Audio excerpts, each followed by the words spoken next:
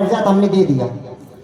उनका एक मित्र था, सीतापुर में रहता था। फोन किया हमारे पास, अपने मित्र को कॉन्फ्रेंस पे लिया, जो जमीन का मैटर जिसका था। फोन आने के बात करने के, बाबा से अर्जी लगाने के 7 मिनट के अंदर वो पैसा वापस किया, 6.5 लाख रुपया। जो पैसा दे नहीं रहा था, बोल रहा था हमारे पास पैसा नहीं है। आपके कप्तानगंज में 2 बेटी थी, एक बेटा चाहिए था, वो भी बाबा की कृपा से अर्जी लगाए, वो भी बेटा हुआ। आगरा में रहने वाले भैया, जो 4 बेटियां थी, एक बेटी चाहिए, वो भी बाबा की कृपा से अर्जी लगाए, वो भी बेटा हुआ। मेहतावल में एक भैया थी, एक बेटी थी, जो 7 साल हुआ था बेटी हुए, एक बेटा चाहिए था, वो भी बाबा की कृपा से अर्जी लगाए, बेटा हुआ। और इतना ही नहीं, ऐसे बहुत सारे फोन आए हैं। बाबा ने बहुत बड़े बड़े काम किए हैं।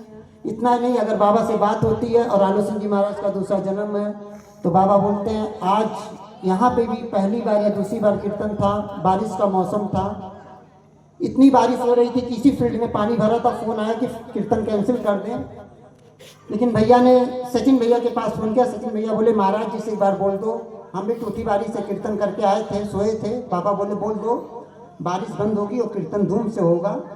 हमने बोल दिया भैया से, भैया भी, गुल्लू भैया ने भी, आप लोग पूछ लीजिएगा, आप लोग कहीं के रहने वाले हैं। बारिश तुरंत बंद हुई और रात को 3 बजे जब कीर्तन खत्म हुआ, फिर बारिश शुरू हो गई। इतना नहीं, छोटी बारी में, मेहतावल में, बखरा में कई बार कीर्तन हुआ, शादी हुआ, लोगों का फोन आया। बारिश होने पे ना लोगों का फोन आया, बारिश, बाबा ने अर्जी लगवाई, बारिश तुरंत बंद हुई है। और जितने भी चमत्कार आपको बता रहे हैं, लोगों ने माइक में चमत्कार बोला है।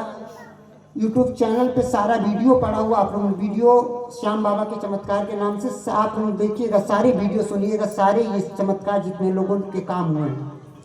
लेकिन एक चीज़ याद रखिएगा, और आप लोगों के बगल में unique science academy, MSc math से BEd, और यूनिक साइंस एकेडमी में भी हमने 1 साल तक टीचिंग किया है। लेकिन पैदा हुए थे तभी से बाबा से बात होती थी, इसलिए हमारा कहीं मन नहीं लगता था किसी काम में। लेकिन बाबा ने जब अपनी नौकरी खाटू बुला के कोरोना से पहले 2017 में से खाटू में रखे और बाबा की अपनी बगीची में रख के इस चीज़ को कहलवाना शुरू की कि बाबा से बात होती है, आलू सिंह दूसरा जन, कोई भी आपकी समस्या होगी बताइएगा। बाबा ने जब से ये शुरू किया, जब से ये नौकरी मिल गई ना, तब से ये नौकरी हमारे लिए आराम है। लेकिन हमें पढ़ाते भी थे, लेकिन वहाँ भी छोड़ के गए, कोचिंग ट्यूशन भी पढ़ाते, लेकिन कहीं मन नहीं लगता था, क्योंकि बाबा से बात होती थी। और अब बाबा ने अपनी नौकरी दे दी, अब हमें कोई दिक्कत, कोई परेशानी नहीं है। इसके लिए हम बाबा को धन्यवाद देते हैं।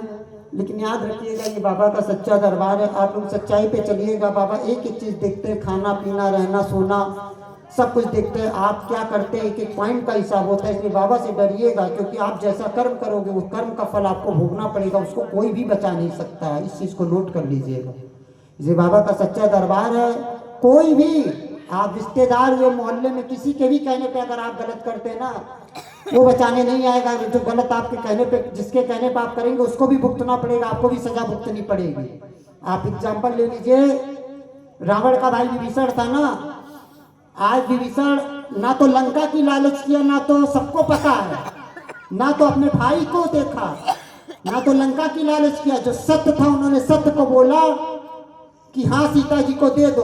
लेकिन जिन जिन लोगों ने रावण के कहने पे रावण को बोला सीता जी को मत दो, उनका क्या हाल हुआ और विभीषण का क्या हाल हुआ, सबको पता है। इसलिए किसी के कहने पे भी हाँ में हाँ, गलत को नहीं मिलाना चाहिए, उसकी भी सजा आपको भुगतनी पड़ेगी। इसलिए बाबा से डरिएगा। एक एक पॉइंट अगर बाबा से बात होती है तो हम आपको इसी सच्चाई बता रहे, क्योंकि जो आप कर्म करेंगे उस कर्म को भुगतना पड़ेगा। बाबा के दरबार में देर है पर अंधेर नहीं, कहते थे आलू सिंह जी महाराज। ये प्रभु का सच्चा दरबार है, और सच्चे मन से जो ध्यावे उसका बेड़ा पार है। बोलो श्याम प्यारे की। 5 भजन गाएंगे, उसके बाद भैया आएंगे, सचिन भैया, और ताली बजा बजा के आप